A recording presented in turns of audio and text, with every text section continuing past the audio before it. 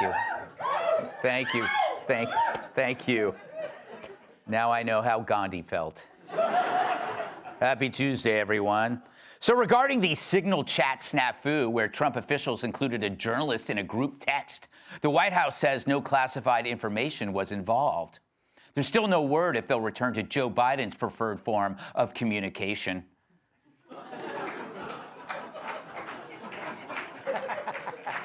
Hillary Clinton weighed in on the Signal story, saying, "You gotta be kidding me." Then she offered Pete Hegseth her hammer to smash his phone. The Nevada legislature is considering a bill that would allow home delivery for cocktails.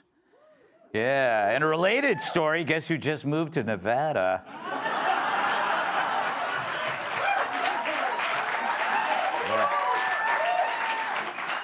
The New York Times finally admits that all those plastic bags may not have been as environmentally bad as activists claimed.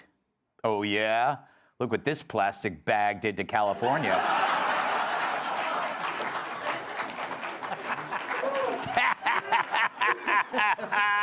It's perfect, isn't it? All right. At an awards dinner, Jasmine Crockett referred to Texas Governor Greg Abbott, who uses a wheelchair, as Governor Hot Wheels. I know, which is almost as offensive as her own nickname, Cabbage Patch Bitch. You think that's bad? When she was younger, she was called Strawberry Short Bus. We had some worse ones, you know. Doge just discovered that the Small Business Association gave a 9-month-old baby a $100,000 loan. I know. Now the kid's so worried he won't make payments, he's his pants.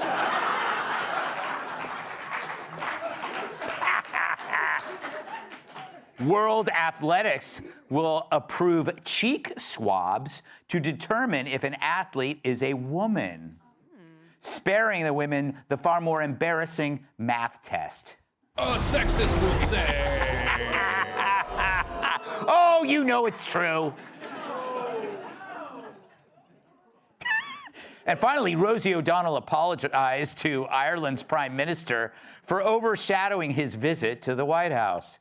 She also apologized for overshadowing the Western Hemisphere. That's a fat joke.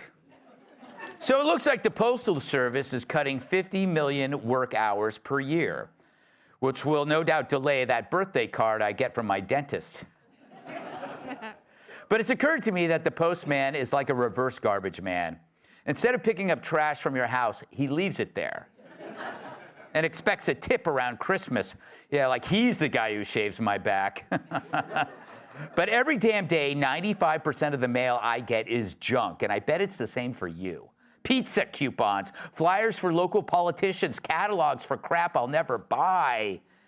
My neighbor's W-2. Mountains of garbage just destined for the nearest landfill. They should just drive by and throw it on our lawn, just like Taylor Swift did with my bodybuilding trophies. Because it's just crap that you have to throw away. Talk about pointless make work. 2 separate government positions, mailman and garbage man, are getting paid to make you work for free. You're just the middleman moving one bag of trash to the other. It's like trying to stay on top of the fast food wrappers at The View. Of course, if somebody needs to mail you something important, you're probably going to get it via FedEx, UPS, or Amazon, unless, of course, it's a pipe bomb from your ex. They do it the old-fashioned way. And email has pretty much replaced most snail mail. So what's left? Notices for jury duty? Magazines? Do people still read those? I still have a stack of National Geographics, you know, in case the internet goes down. Birthday cards from grandma, okay, I admit it. Who doesn't love getting a check for $5? But I don't even get any mail at work anymore, except the occasional invite to go skinny dipping from Kudlow. So let's be honest, the Postal Service is a lot like Joy Reid. If it disappeared overnight, no one would miss it.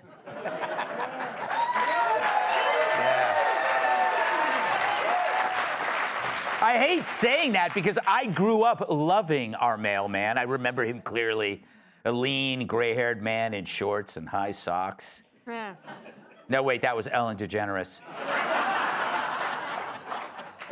But times have changed. The mailman is a relic of a simpler time, like a TV repairman, the milkman, or the peeping Tom. Remember those? But it's 2025, and now we just sit at a kitchen table with a stack of crap staring back at us. Worse, how many important things did you miss because they were buried in that stack of crap? Like that signed 8x10 photo I received from a shirtless Brit Hume. But that's not the only thing lost. Last year, the Postal Service lost $9.5 billion. No wonder Trump calls the Postal Service a tremendous loser for this country. He promised to cut government waste, fraud, and abuse. I mean, think how many post offices could be turned into something more productive. You know, like Blockbusters. Initially, the Postmaster General welcomed DOJ to help make the Postal Service more efficient. But then over the weekend, postal workers held Save the USPS rallies across the country. I bet they used email and not snail mail to get the word out. Now the Postmaster General, Louis DeJoy, America's top mailman, has resigned. Trump received his resignation letter in the mail along with a car wash and a dry cleaning coupon book. This as Wells Fargo has drawn up plans to privatize the Postal Service. Now there's a word that'll make Dems shudder, privatize.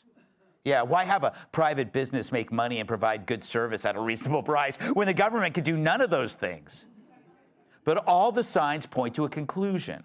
The post office is a luxury we can no longer afford, especially when the luxury, stuff delivered to your house, has become an annoying burden.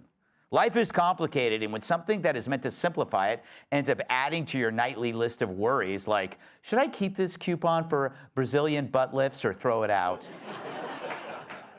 Then you know it's run its course. We kept the Postal Service around because it seemed to be a given. But now it just delivers meaningless stuff and charges us for it. I guess it's a lot like the stuff that we see government doing to us instead of for us. And I'm just sick and tired of taking their crap. Let's welcome tonight's guest. She spins so much you might find a missing sock on her. Republican strategist Erin McGuire.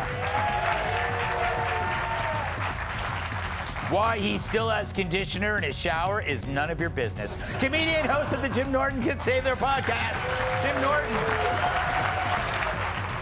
She once hosted an MTV show. Now he shares an elevator with Larry Kudlow, host of the Kennedy Save the World podcast, Kennedy.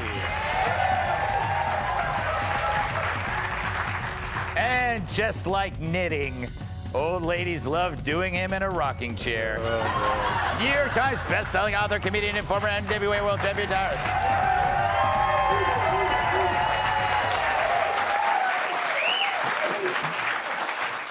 Erin, I think it's really weird that we have come to just accept the idea of coming home from work, putting your hand in there and grabbing a bunch of crap, taking a bunch of crap from outside and bringing it inside, putting it on a table, and then deciding, oh, I guess I should go through that crap. And then you go through that crap, and then you walk over and you throw it. It makes no sense to me. It wasn't always like this. It wasn't, but also leave it to Democrats to defend having to spend taxpayer money on that crap. Yeah. It loses billions of dollars, and they're like, no, no, no. I get it. If that was my job, if I worked at the Postal Service and I thought I was going to lose my job, I'd be out there fighting for it too.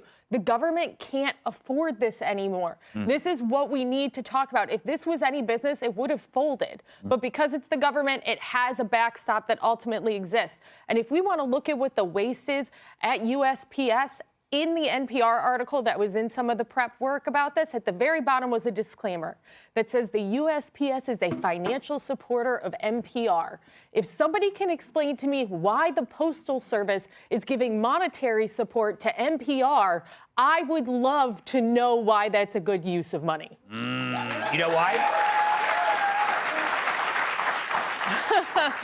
It's because NPR gives away those tote bags. And the tote bags are perfect for putting all your trashy mail in it when There you you're go. carrying it outside. You know, Jim, you're one of the few people that really needs the mail. I mean, that's how you get your naturist magazines and your overseas cheap medications. Yes, and I'm a big fan of highlights, Goofus and Gallant, if you remember. Who did you identify with? A little bit of both, actually, and I would say that to people at parties. You know, I'm a little Goofus and a little Gallant, and then they would walk away from me. You know, one thing you forgot, it was a great piece on the post office, is that the employees, you know, a lot of them, I'm sure a lot of them are great. Yeah, I have to say that first. Yeah, some of them are really nice guys. But they're atrocious, because I go into the one in my neighborhood, they never have the labels you need. It's always empty, it's inefficient.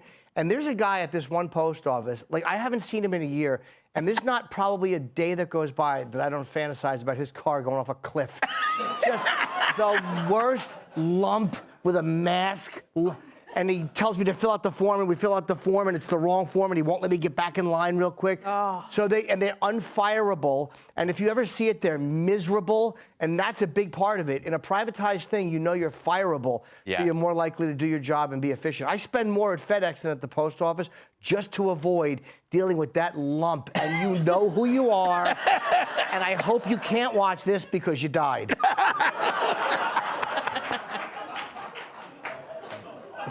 I love Jim because he's such an optimist. Yes. I remember as a kid, I thought being a mailman would be a great job. I wanted to be a mailman. And then my mommy told me that, no, only inmates do that. Oh. She lied to me, but it was a good lie. Do you think it's a pipe dream to think that the Postal Service could be privatized? Well, I mean, as a lover of liberty and a libertarian, I think everything should be privatized. And I think the post office is a great way to start. And like you, I had my own postal fantasy when I was a child, because my brothers told me that Mr. Potter, our mailman, was my real dad. So I believed that for a long time. I still do, in fact. Yes, yes. My parents split up, but Mr. Potter came around for every Christmas dinner. It's real weird. Nice. Putting it in the slot. No. Did I go too far? No. Did I go too Hold far? on, they're talking about the mail, you sick Yes, bastard. I was not talking about the vagina. You make me sick, perverted audience. Where do we get these people, Tyrus? We gotta start charging. I know, we should. This is what happens when it's free. we just need like, to privatize our audience. Yes. Yeah. All right, everybody throw up $5. I do think that what I'm describing how you get the mail every night is a shared experience, but we just accept it. And why do we have to? Do you have a system with your mail where you don't bring it inside? Why do you bring trash inside? Is what I'm getting at. As a black man, we don't bring our mail until third notice. If it ain't got the red letter on the front of it, I ain't touching it. So That is a great rule. yeah, so until the yellow ones, let them go. When it's red, oh, let me open this up. You know, what cracks me up about this is we've dealt with and entertained, and a lot of us, to our financial pain, is the fake problems that the left, you know, the green, we need to do this, we need windmills, we need solar, we need all this money to do this stuff. Now, okay, what's the results? We get more dead whales and birds. Like, wait a minute, so it was worse before when it started. Here's an actual thing where needs to be a correction. We have emails now. Everyone usually goes paperless for that same reason, so you don't have to get the red notice. So we don't really need the post office the way it was 50 years ago. So it's a good thing to see, like, hey, we're going to streamline, we're going to make some changes, because, to your point, most people get their important stuff through FedEx. Or it'd be nice to go to the mail and open the mailbox for actual letters that are pertaining to the information you need. And from an environmental standpoint, which the left should be all over this, that's a lot of trees that don't go on death row. Yeah. For those magazines and newspapers that we never read. So again, here's a fixable problem, an easy solution, and the pushback is because you're going to fix an actual problem, which hurts the one thing they care about is re-election. Yeah. So that's the reason why they're going to push back and fight this, because it's a really good idea. Yeah, you know, I guess I get more, I'm angry too about all this stuff. Like, my driver's license got suspended because I never got my notice because it was like, I just You threw got to everything open out. those red letters, man. Yeah, You got the red stuff. but on I probably threw it away. Yeah. I've thrown away tax stuff because I just get a big clump of throw it in the trash. Yeah. You know? You know, Greg, if I could jump in, I order a lot of vintage Kiss posters. Yes. And I do that, yeah. And I always pay extra to have people avoid the post office because they don't treat them properly. They are terrible with my Kiss posters. And I just wanted to say that out loud. Is that what happened with you and the lump? He messed up a Kiss poster? Is that what started? No, I would have beaten him to death with it if that happened. Jimmy and his Kiss posters. He's an adult. Up next, the group chat freakouts. Hey, Sean Hannity here. Hey, click here to subscribe to Fox News YouTube page and catch our hottest interviews and most compelling analysis. You will not get it anywhere else.